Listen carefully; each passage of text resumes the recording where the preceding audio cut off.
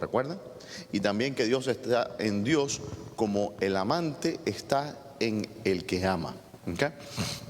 Y esa es la forma en que se explica la Trinidad. Vimos también a grosso modo, ¿no? Cómo el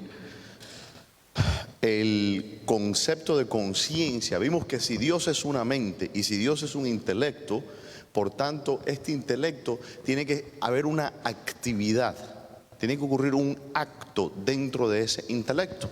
De otra manera sería simplemente una fuerza inerte, una energía, un no sé qué, pero no sería una mente que está funcionando, por decir así. No hay actividad en la mente, lo cual es imposible en Dios. Y si hay actividad en la mente de Dios, todo esto es recapitulación.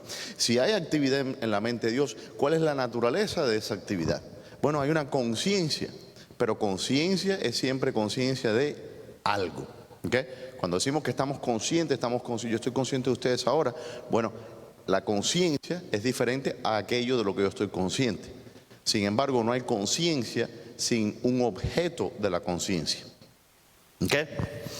Dios es una conciencia. Dios tiene un objeto de su propia conciencia que es Dios mismo. Este es el Logos. Y Dios tiene un amor hacia esa idea que Él tiene de sí mismo, hacia ese Logos. Y ese amor, ese vínculo, ¿okay?, es el Espíritu Santo. Eso es básicamente la Trinidad. No son tres dioses, no son tres partes de Dios, sino que es una misma sustancia, pero que existen tres personas. Vamos a aclarar hoy un poco por qué hablamos de las palabras personas, porque eso es básicamente el punto de contención entre las personas que uno trata de explicar en la Trinidad, cuando uno introduce el término persona y dice que un Dios, tres personas. Y nos cuesta un poco entender eso de tres personas. ¿Por qué? Porque siempre que pensamos en personas, pensamos en una sustancia individual separada en esencia. Van a entender lo que les quiero decir con eso. Dice, porque hay un signo de cita, hermano, en esta. Comienza, dice, hablamos. Vale. Déjeme ver si.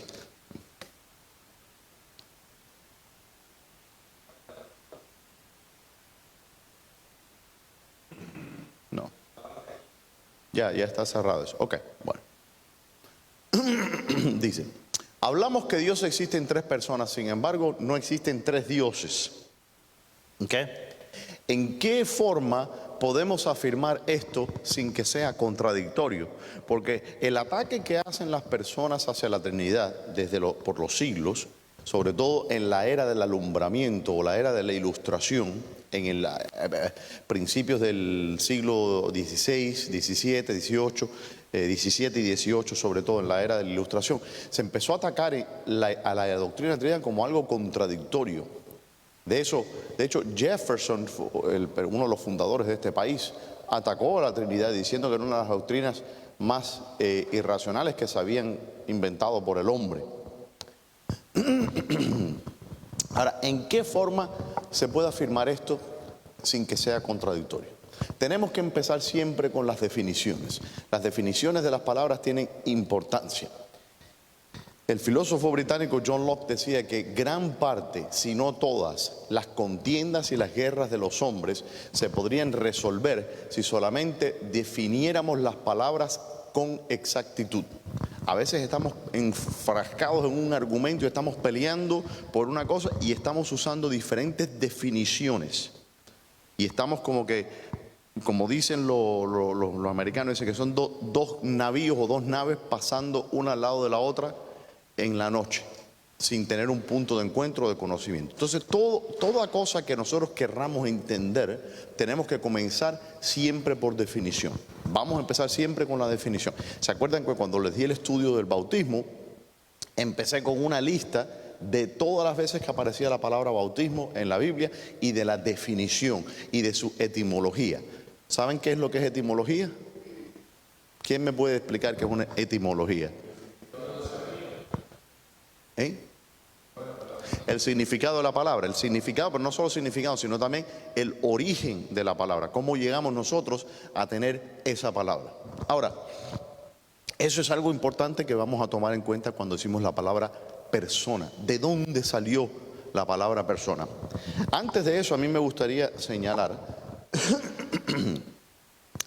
que la palabra persona, que en nuestros tiempos se ha venido a identificar o se usa preferentemente para señalar a un individuo, ¿no? Cuando decimos una persona, ese uso de persona es nuevo. ¿Y qué quiero decir con esto? Que es un uso que comenzó a hacerse más frecuente justo en la era del alumbramiento, en la era de la ilustración, ¿no? En los siglos XVII y XVIII. Porque antes de eso, de hecho, busquen su Biblia cuántas veces aparece la palabra persona. ¿Ha notado eso? No aparece persona. Cuando se va a referir a un individuo, ¿qué dice? ¿Varón o mujer? ¿Hombre o mujer? ¿Por qué no dice la palabra persona? ¿Nunca se han puesto a analizar? Nosotros no podemos funcionar en la sociedad sin usar la palabra persona, ¿verdad? Sin embargo, en la Escritura, ni en ningún texto antiguo se usa la palabra persona en el sentido que lo usamos nosotros. Hay algunos textos antiguos, no voy a mentir, algunos textos antiguos que usan la palabra persona, pero en un sentido técnico. ¿Ok? La palabra dice hombre, mujer, hubo un hombre en tal lugar, o había allí muchos hombres en la alimentación de los 5,000, no dice que había 5,000 personas, ¿no? Y sería una descripción bastante apta para nosotros. Hermano, si le alcanza el micrófono, y de paso le hace así por la cabeza, ya que está, para que no pregunte.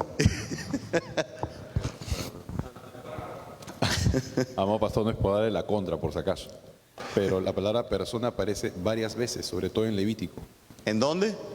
En Levítico, sobre todo. Sí. Cualquier persona que comiere de alguna sangre, y cualquier persona que hiciere trabajo alguno, en números, más la persona que hiciera algo. O sea, sí aparece la palabra, digo.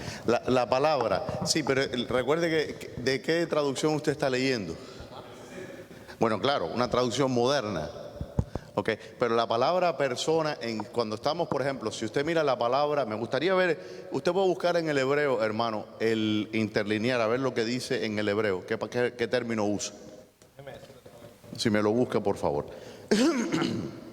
Ok, entonces la palabra persona, que tiene esas connotaciones, y le voy a mostrar, de hecho, hermano, por qué esa palabra no se podía haber traducido del hebreo como persona, por los orígenes que tiene.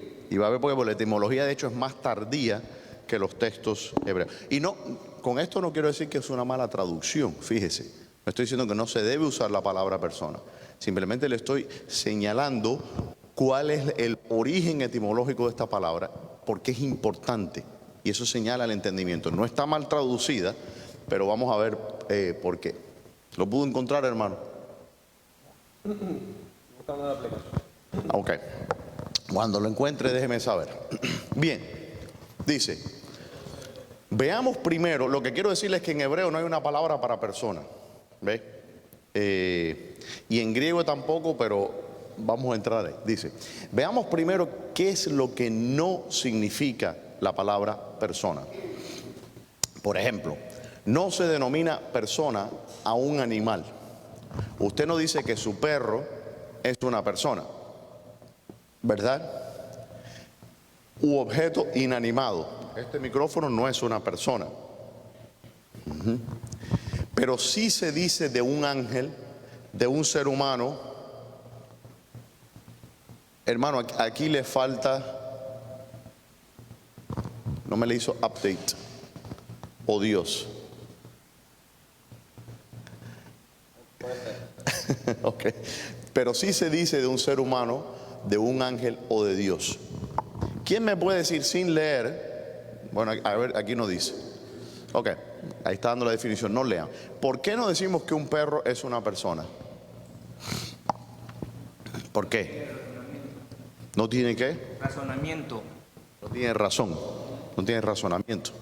Sin embargo, un ángel sí, Dios sí, el ser humano sí.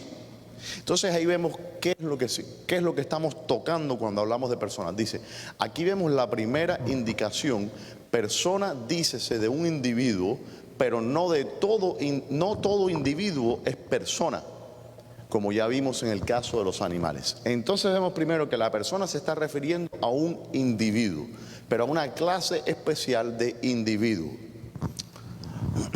Persona, dícese de un individuo que posee un intelecto, es decir, que propiamente persona se dice de una sustancia intelectual.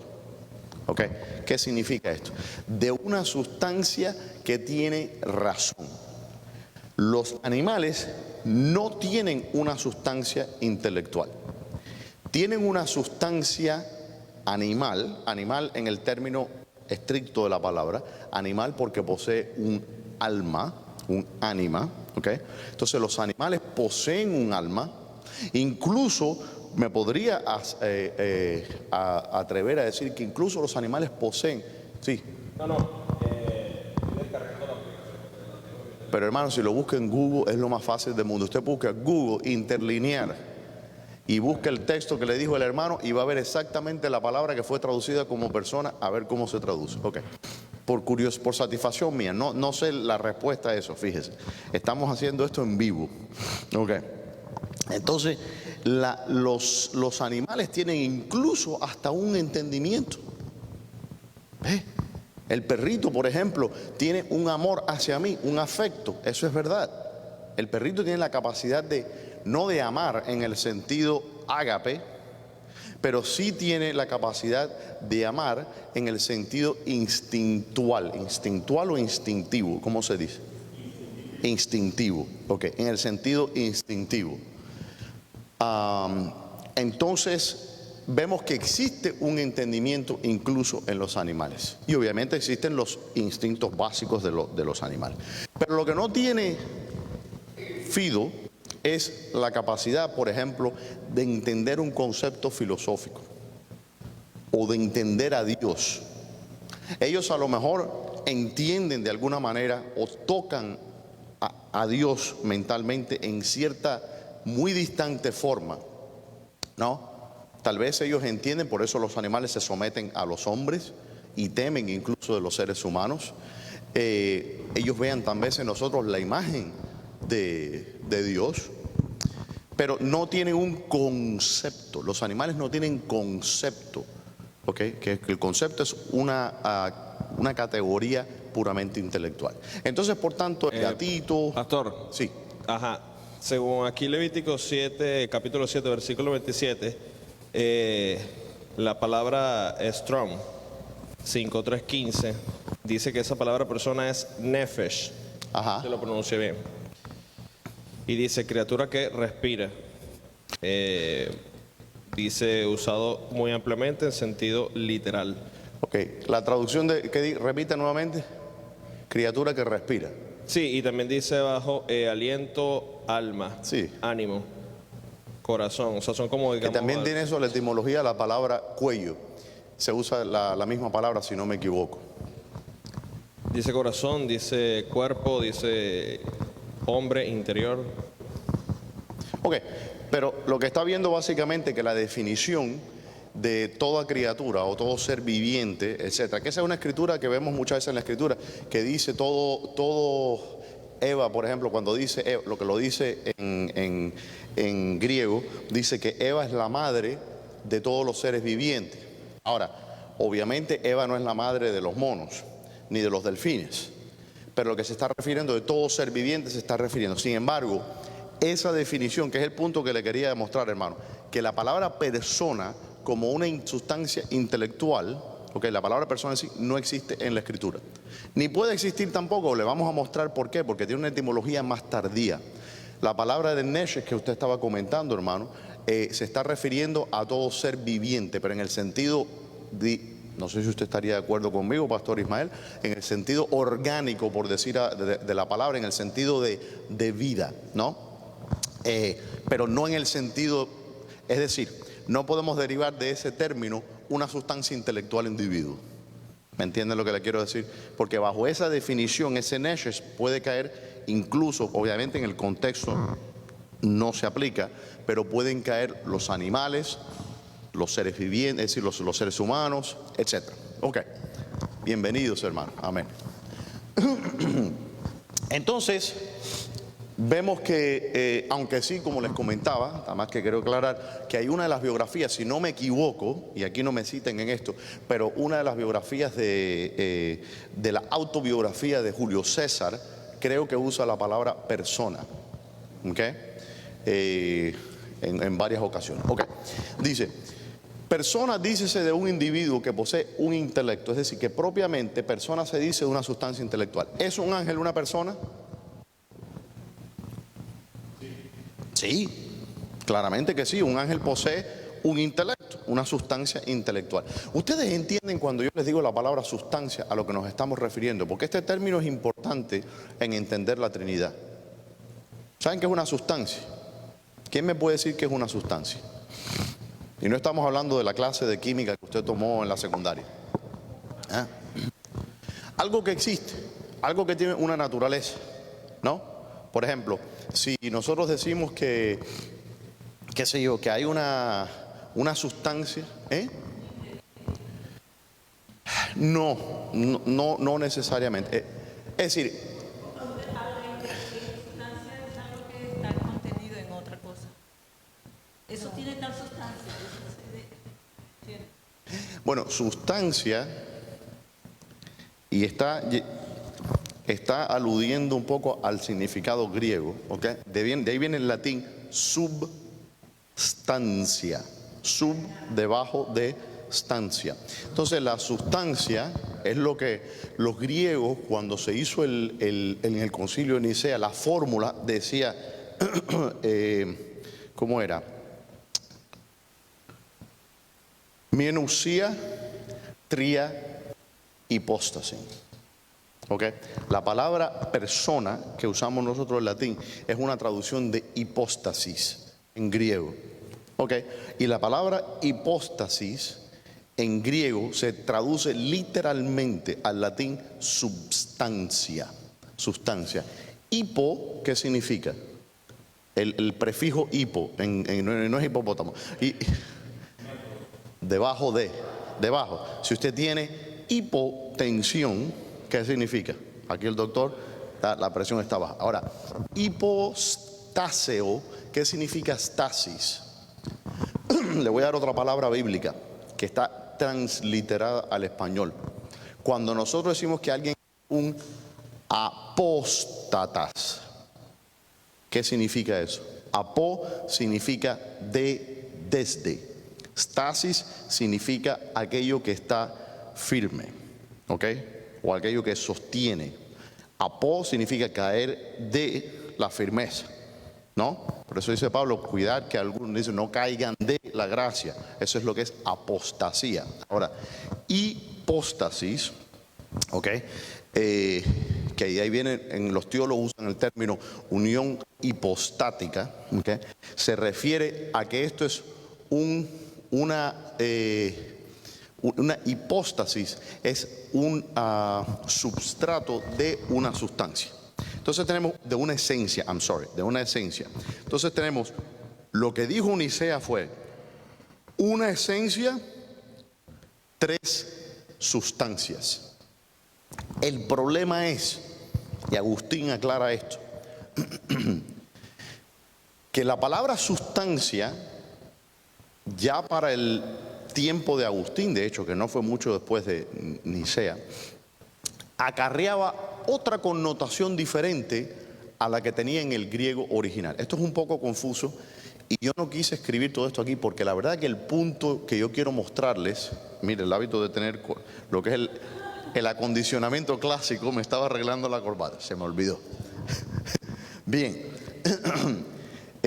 No quise poner, porque yo no quiero enredarles a ustedes con la historia de las contiendas teológicas, porque eso en realidad no conlleva a nada.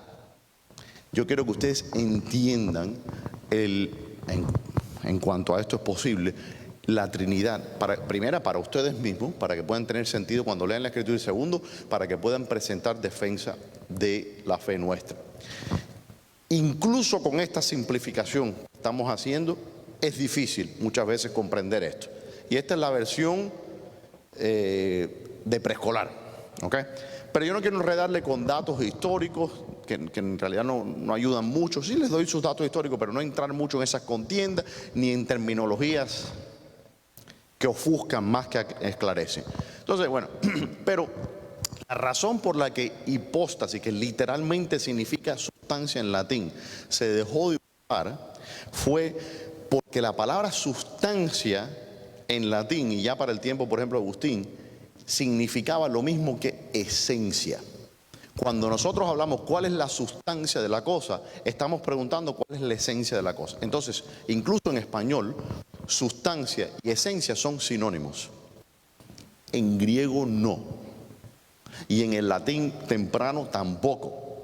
Por esa razón, porque si nosotros decimos, y eso conllevó a ciertas confusiones teológicas, de ahí vamos a ver una herejía que se derivó de ello, que se llamaba el monarquianismo modalista, que Sabelio en el siglo II fue un hereje, en el siglo III mejor dicho, 2 o 3 al final, fue un hereje que propuso esta noción. Vamos a explicarlo un poco más.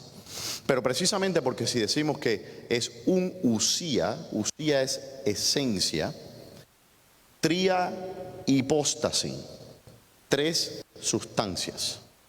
¿Ok?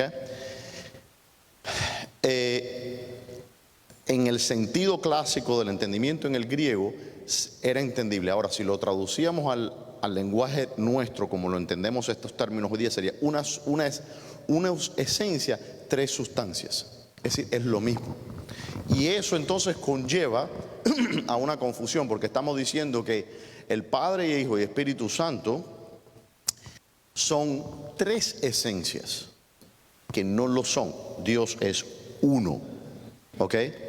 Y el Padre, el Hijo y el Espíritu Santo están, disculpen la expresión, pero compuestos de la misma cosa, de la misma materia, por decir así. Estoy usando todos términos que no aplican a Dios, pero para que me entiendan, de la misma esencia. Padre, Hijo y Espíritu Santo tienen la misma esencia. No son 3 esencias, es una esencia, pero dentro de esta sola esencia existen 3 hipóstasis, ¿ok?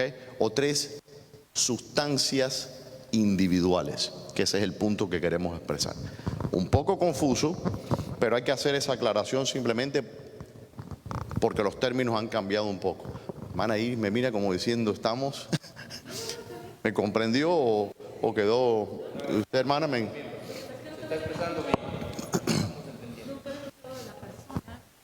De que no, o sea, no existe en la Biblia el término persona, y que pues nosotros definimos el Señor como un Dios y 3 personas. Sí, así es. Es decir, la palabra persona se usa hoy día y es ha venido, claro, es un término que se usa hoy día, pero en realidad los antiguos, es decir, y vamos a ver de dónde se deriva ese término persona en sí, pero los antiguos no usaban ese término para referirse a un individuo, no usaban la palabra persona o personas, usaban hombre, mujer, o en el caso que el hermano connotó, ser viviente, ¿ok?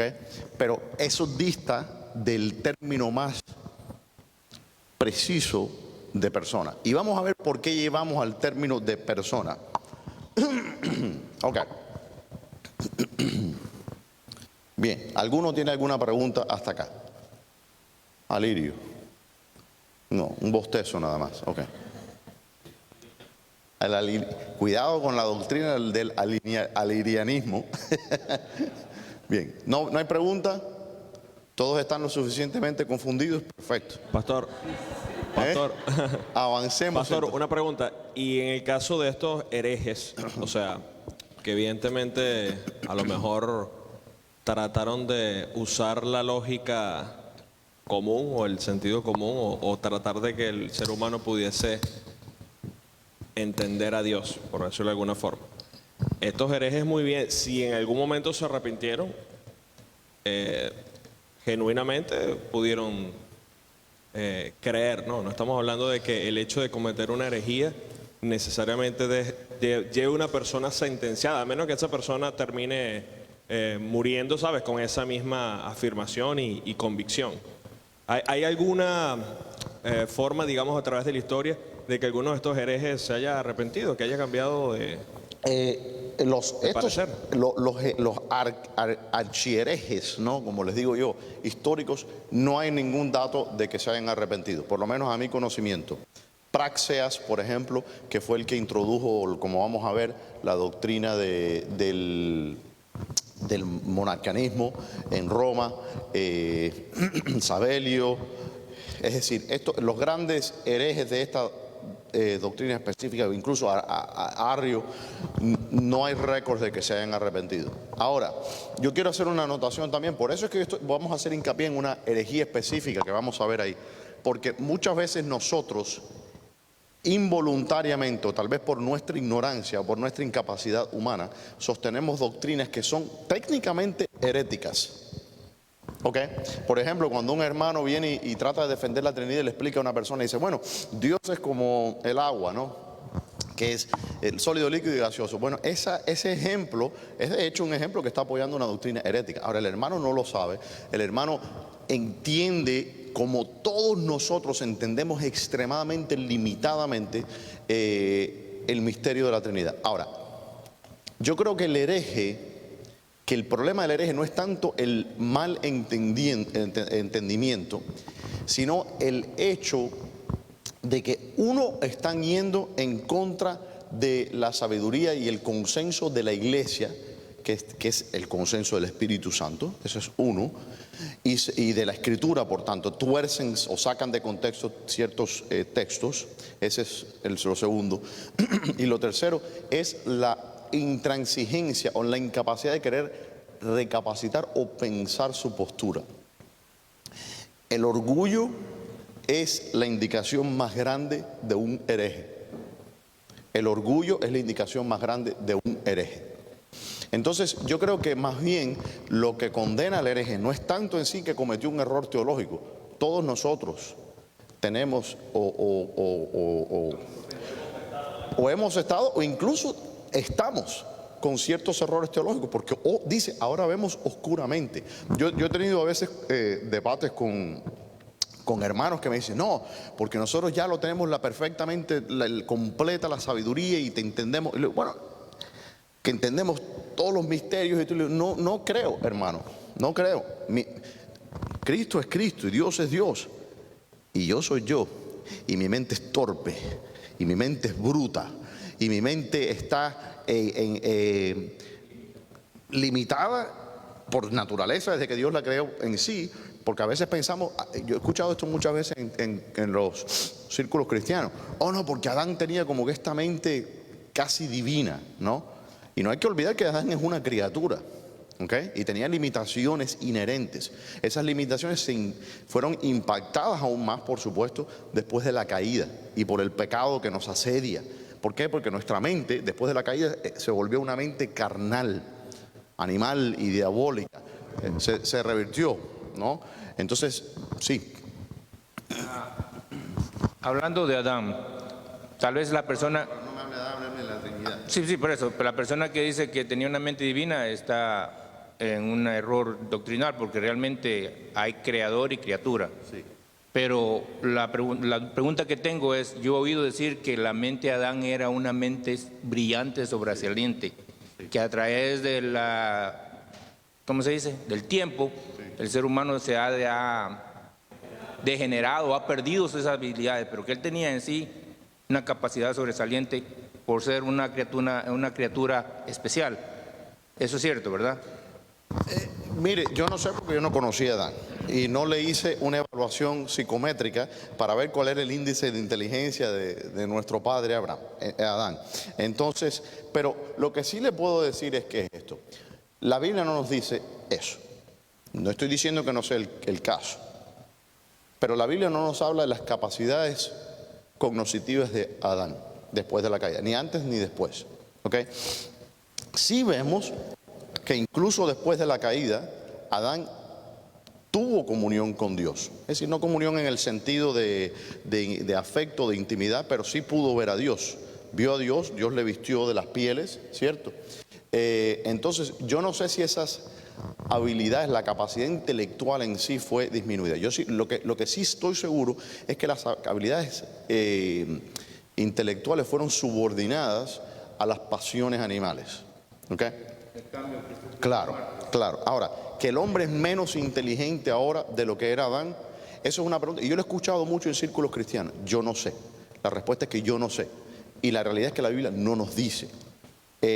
Pensar que nosotros, por ejemplo, en el cielo vamos a tener la habilidad de, no sé, de ver a través de las paredes o comunicarnos telepáticamente o algo así. Yo no sé. No creo. Ese es mi sesgo, es que no. ¿Ok? Pero yo no creo. Yo no creo. El hombre estaba limitado en su mente, como los ángeles también están limitados. ¿Ok? El único que no tiene límites en su mente es Dios. Entonces, hay que tener un poco de modestia y humildad en cuanto a eso, a la condición del hombre post-resurrección, porque es un misterio que Dios nos va a revelar. Y entonces en ese momento sabré, le diré, mi hermano, venga para que vea lo inteligente que Dios me ha hecho. ¿Ok? A lo mejor no lo sé. Pero bueno, esa es la respuesta. No sé. ¿Cómo está, hermano? Bien, sí. Hermano, allá tienen un inquilino, un cliente.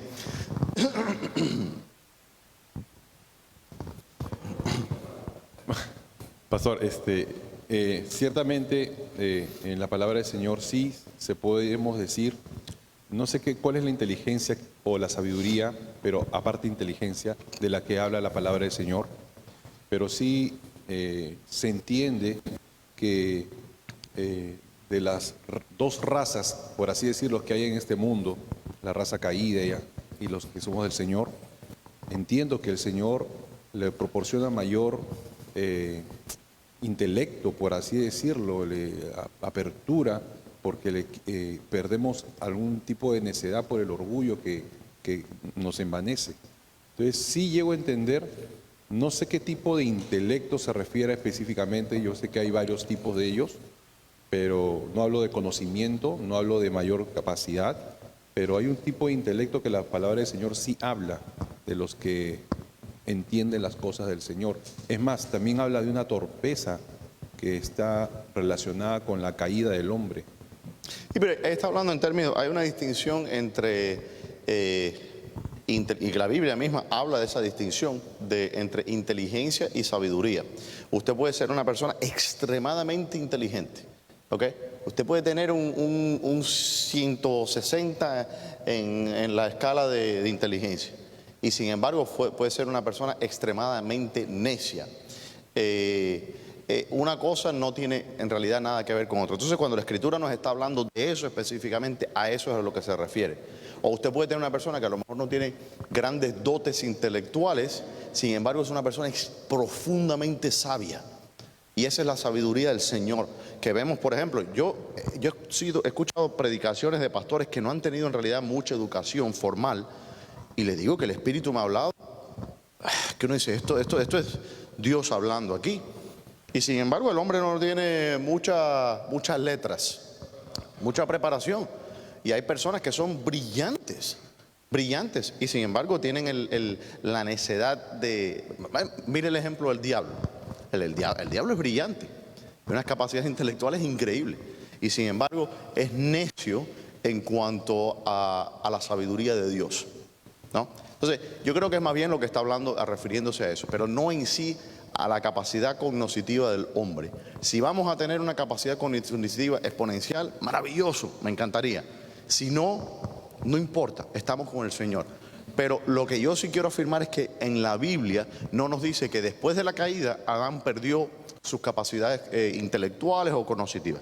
No nos dice, y si el texto, yo soy conservador, si el texto no lo dice, no lo puedo afirmar. Si el texto me muestra un versículo que sí dice esto claramente, bueno, sí. Podemos especular, venga a mi casa y usted sabe que estamos hasta las 2 de la mañana especulando teología, pero ahí se queda, porque eso no es palabra de Dios. ¿Ven? Ok, sigamos entonces. No hay más preguntas sobre Adán, sobre cuánto medía Adán. de 9 años. Exacto. Hoy soy una niña de 67. Pero cuando era una niña de 9, que aprendí a conocer del Señor y lo acepté en mi corazón, y a través de los años, pues, como todos no hemos sido perfectos, de altas y bajas en el camino del Señor. Pero soy de las que pienso que eso no nos hace, por más inteligentes que seamos, sabios y de aprender. Y que, o sea, yo me sorprendo de cada vez que se escudriña la palabra y que alguien preparado me la explica, que yo, por ser creyente, no me hace sabia de saber la Biblia como tal. He aprendido tanto, entonces nunca dejamos de aprender.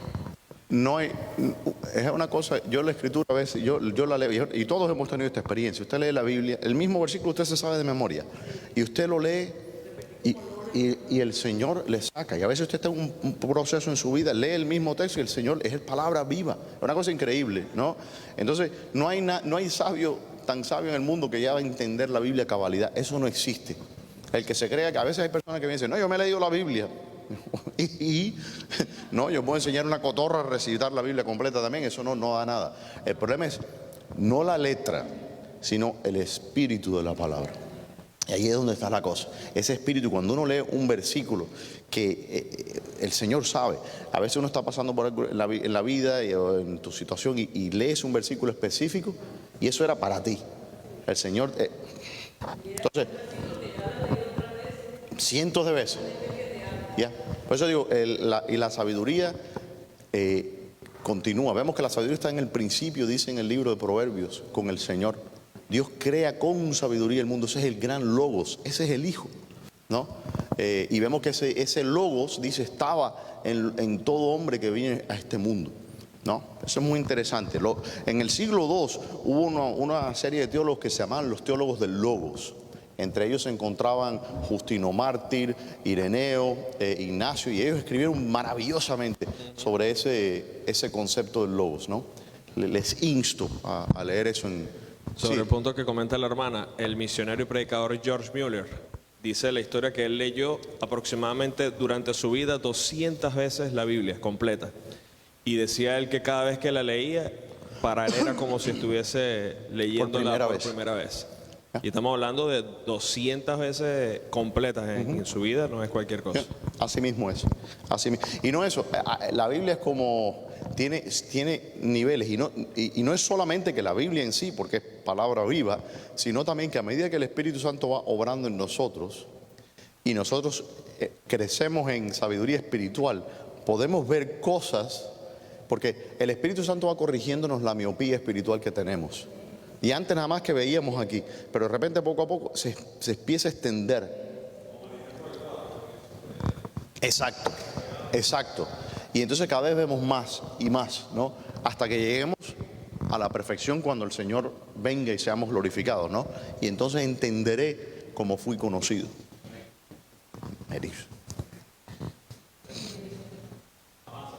¿Por qué no avanzó? Si yo avancé, ok. Sí. Que me preguntan, me vienen a preguntar en una clase de la Trinidad, me preguntan de Adán. Imagínense.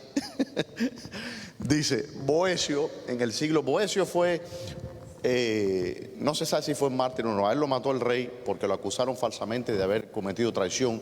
Él venía de la estirpe patricia de los romanos y era un consejero del rey. No me acuerdo ahora. Bueno, lo mataron y después se dieron cuenta que no, que había sido una mentira, una calumnia que habían levantado, pero bueno, ya no lo podían levantar, así que a lo hecho pecho.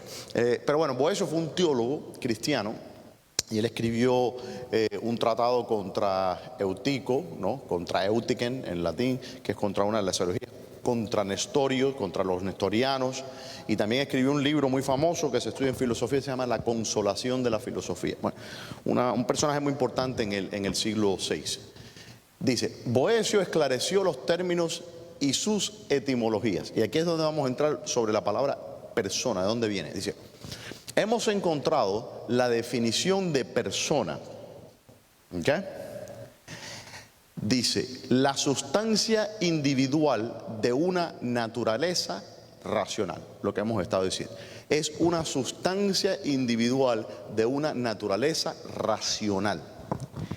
Ahora, con esta definición nosotros los latines describimos lo que los griegos llaman hipóstasis. Eso es lo que dice él. ¿Ve lo que le estaba comentando? La definición es, hemos encontrado la definición de persona, la sustancia individual de una naturaleza racional. Ahora, con esta definición nosotros los latines describimos lo que los griegos llaman hipóstasis. La palabra hipóstasis se traduce como una sustancia racional individual, lo cual es su mente. Su mente, por definición, es una sustancia racional individual. No es una sustancia racional colectiva, no es solamente una sustancia individual, porque esta silla tiene una sustancia individual, lo cual es su esencia. Todo tiene una esencia que subyace. Le voy a dar un ejemplo.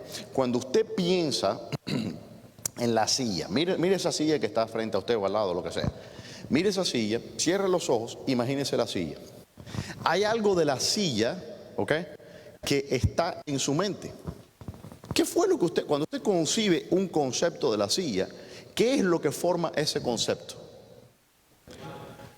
Es una imagen, cierto, pero hay cualidades de la silla que están en su mente, ¿cierto?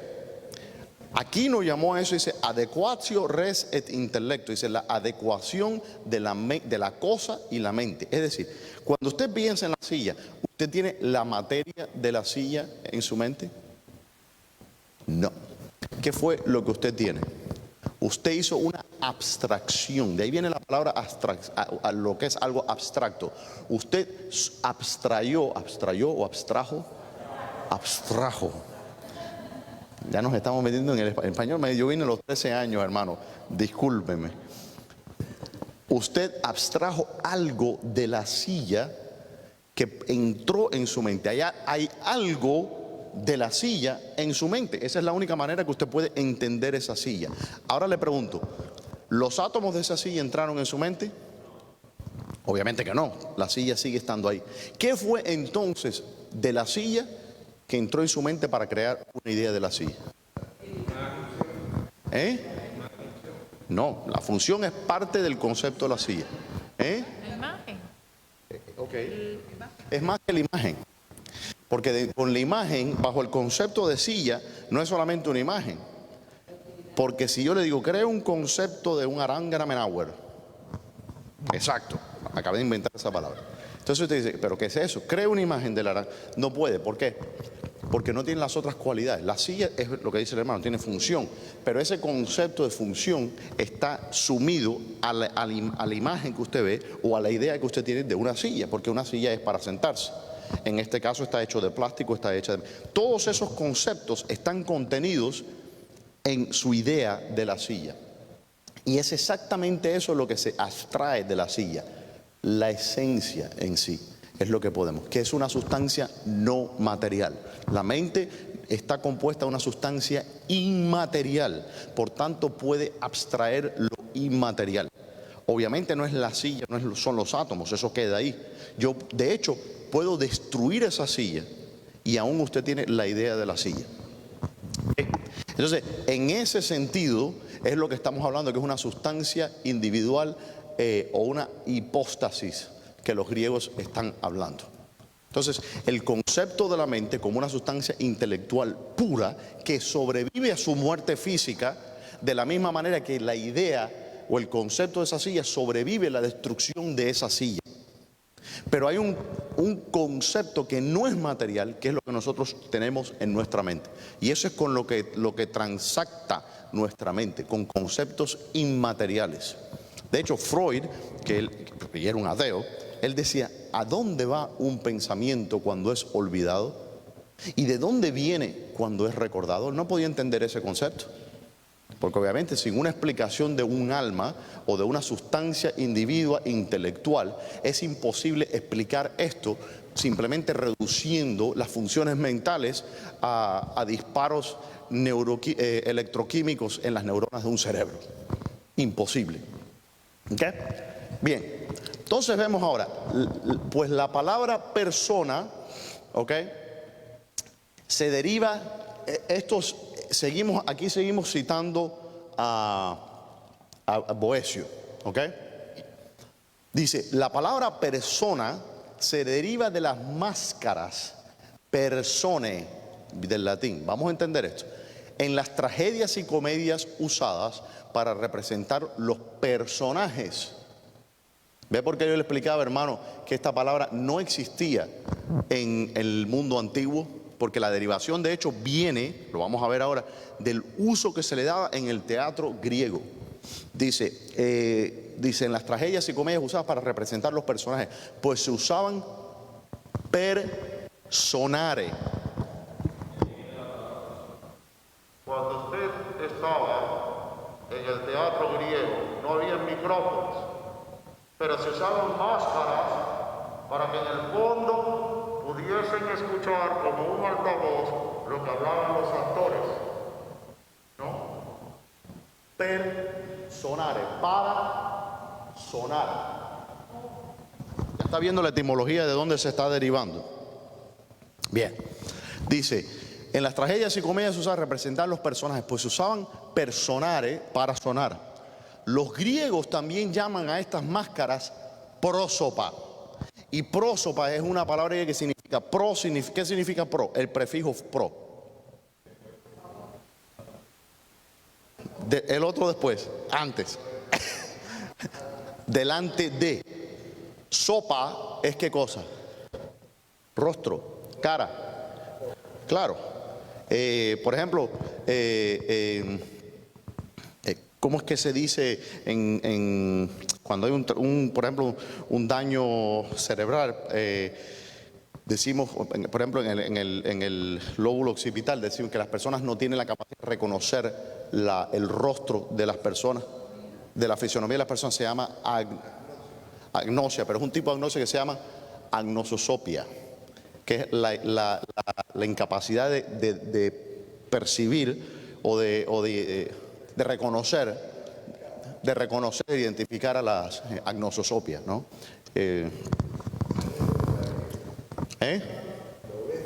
Lo ve, pero no sabe decir tú quién eres, ¿no? Bueno, la palabra sopa viene de rostro, y prosopa significa aquello que va delante del rostro. ¿Okay?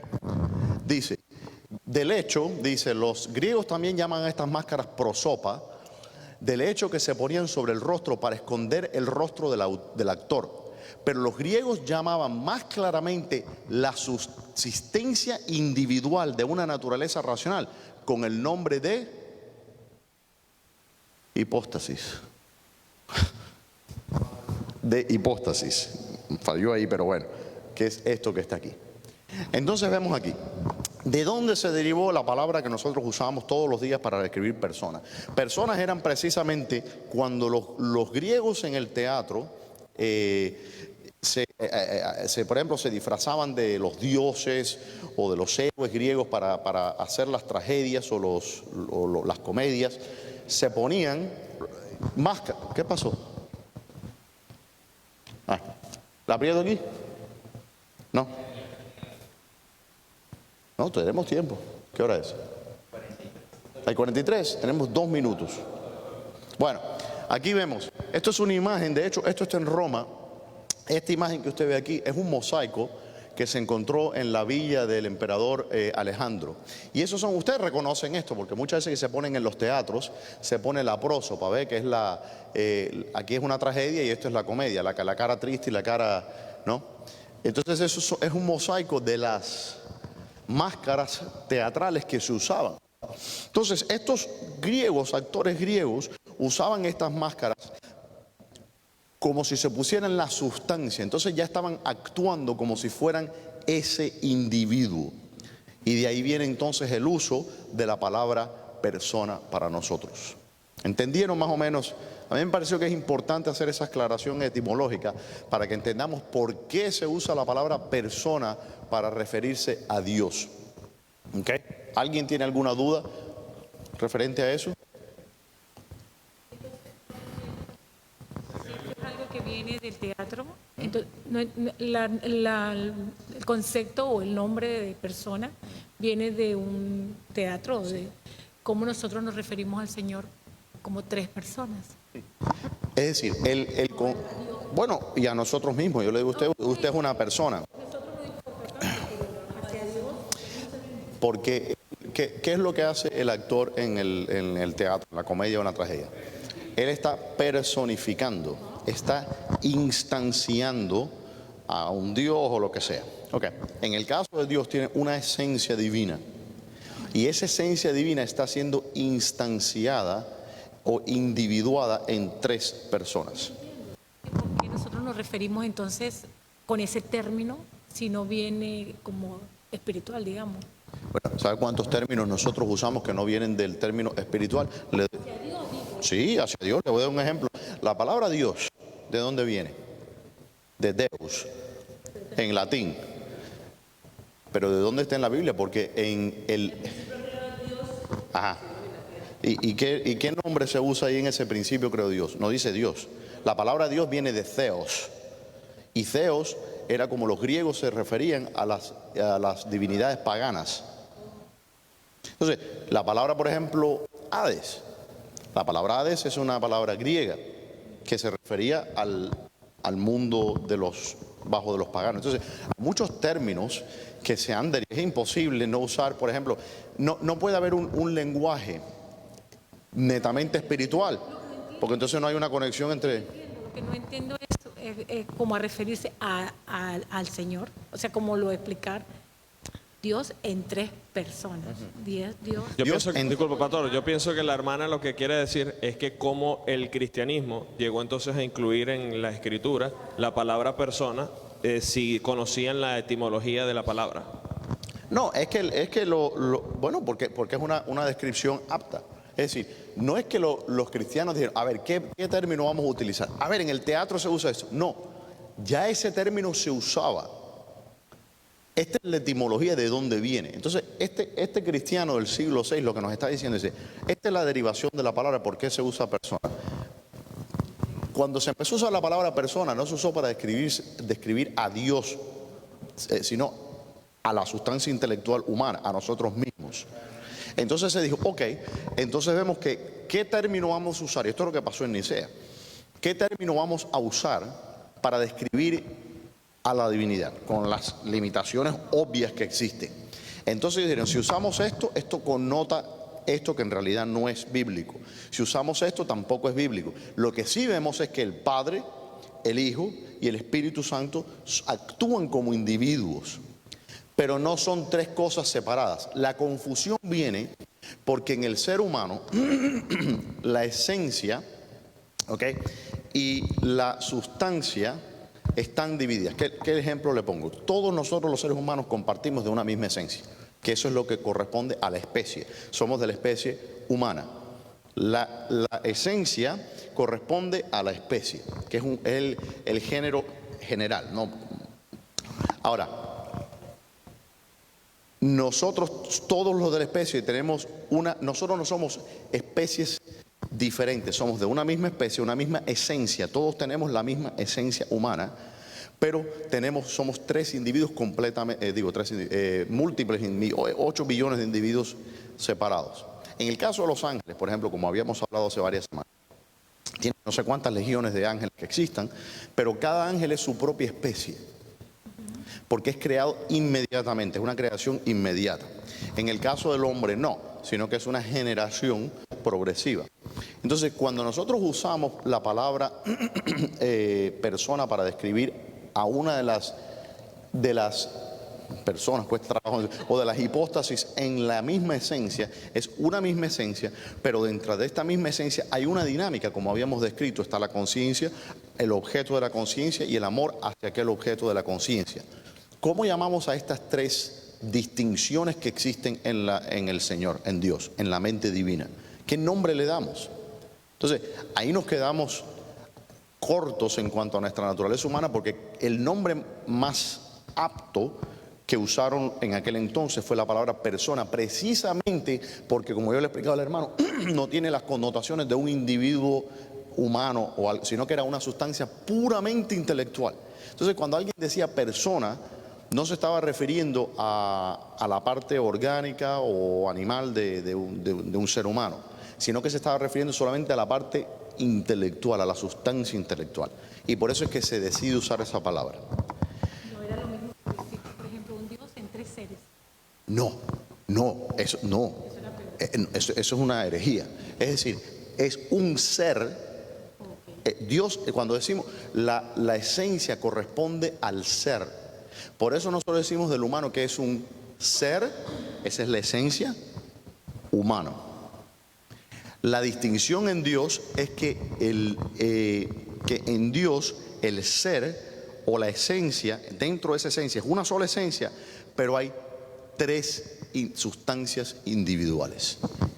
En nosotros, para que vean un paralelo en la mente humana, hay una mente, vamos a llamar nuestra mente, in arguendum, un ser. La mente suya es un ser, vamos a decir. Y en ese ser hay tres, no quiero usar la palabra parte, pero hay tres funciones. Está la conciencia, que es la mente en sí, es como un receptáculo, ¿no? Está el objeto de esa conciencia y está la disposición suya, el afecto u odio, lo que sea, hacia ese objeto. Entonces son tres diferentes aspectos, por decir así, y no quiero usar eso porque ya ahí estoy entrando en el sabelianismo, pero tres diferentes aspectos en su mente. No son tres iris, estos tres constituyen una hermana iris. Y yo lo entiendo, solo que lo que quería entender era el término. Antes de esto, ¿cómo se podía llamar a Dios? ¿Cómo se podía llamar a esas tres personas? Antes de definir persona. Antes de esto no se usaban esos términos porque el Señor no nos había revelado. Entonces, antes, en el Viejo Testamento nos decía el Hijo, el Padre, el Espíritu Santo, el Espíritu de sabiduría, pero no nos daba una... Esto lo que nos permite es un diálogo teológico. Esto lo que nos permite es hablar con facilidad de estos términos. Entonces, pero nosotros no tenemos que usar ni siquiera esos términos. Yo no tengo que usar el término Trinidad para creer en el concepto de la Trinidad. El concepto de la Trinidad no se introduce por el término. El término se deriva de que el concepto ya está en la Biblia y nosotros queremos darle un nombre para facilidad de comunicación. Cuando se va a explicar, por ejemplo, una persona nueva, te puede decir, es como si fueras tú, el espejo y la sombra que refleja el sol. No. Y vamos a entrar eso la semana que viene. ¿Por qué? Sí, ¿por qué no puede decir eso? Vamos a entrar ahí, ¿por qué? Cuando yo le voy a hablar a alguien del Señor, yo le digo, te voy a hablar de Dios, pero Dios es Dios, que no sé qué, o sea, yo tengo que... Yo no uso. ¿Qué pasa? Cuando yo le hablo a las personas, ¿cuántas veces ustedes me han oído a mí hablar de esto? Fuera de una clase. Nunca que no. Theos. No, Theos. Ya. Que era un término general, porque para los griegos eso era los griegos todos lo ponían en categorías. Entonces estaba la categoría de seres que habían creado el mundo, ¿ok? Y que eran superiores a los seres humanos. Esa categoría se llamaba Theos. Y dentro de esa categoría, debajo de esas categorías, existía Afrodita, Zeus, Apolo, etc. Entonces ellos pertenecían a la categoría de Theos. El concepto cristiano no es así. El concepto cristiano de Theos es que Dios es en sí su propia esencia. Dios no pertenece a una categoría de divinidad. Él es la divinidad y solo hay una divinidad. Entonces, es la misma palabra, pero un concepto completamente diferente. ¿Ok? Sigamos adelante y tenemos que cortar porque tenemos que tomar café. Padre, gracias por esta clase. Seguiremos, Señor, poco a poco. Danos, Espíritu Santo.